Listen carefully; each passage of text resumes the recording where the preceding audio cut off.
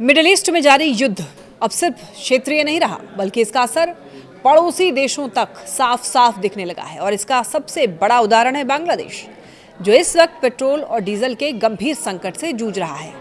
दरअसल इस पूरी स्थिति की जड़ है स्ट्रेट ऑफ हॉर्मुज, जिसे दुनिया की सबसे अहम तेल सप्लाई लाइन माना जाता है, क्योंकि यहाँ से लगभग 20% वैश्विक तेल की सप्लाई गुजरती है।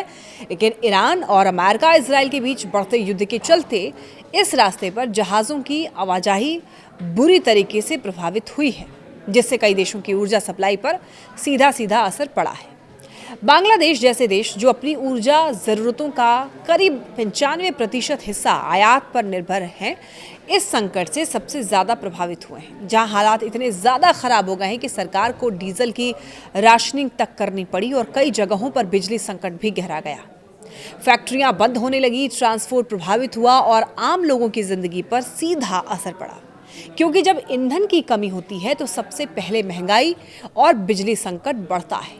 इस बीच भारत एक बार फिर अपने पड़ोसी के लिए मददगार बनकर सामने आया है और उसने बांग्लादेश को डीजल सप्लाई करने का फैसला लिया है, जिसके तहत हजारों टन डीजल पाइपलाइन के जरिए भेजा जा रहा है, ताकि वहां की तत्काल जरूरतों को पूरा किया जा सके।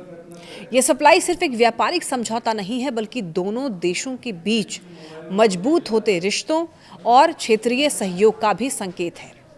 खासकर ऐसे समय में जब बांग्लादेश में नई सरकार और प्रधानमंत्री तारिक रहमान के नेतृत्व में भारत के साथ संबंधों को नए सिरे से मजबूत करने की कोशिश हो रही है।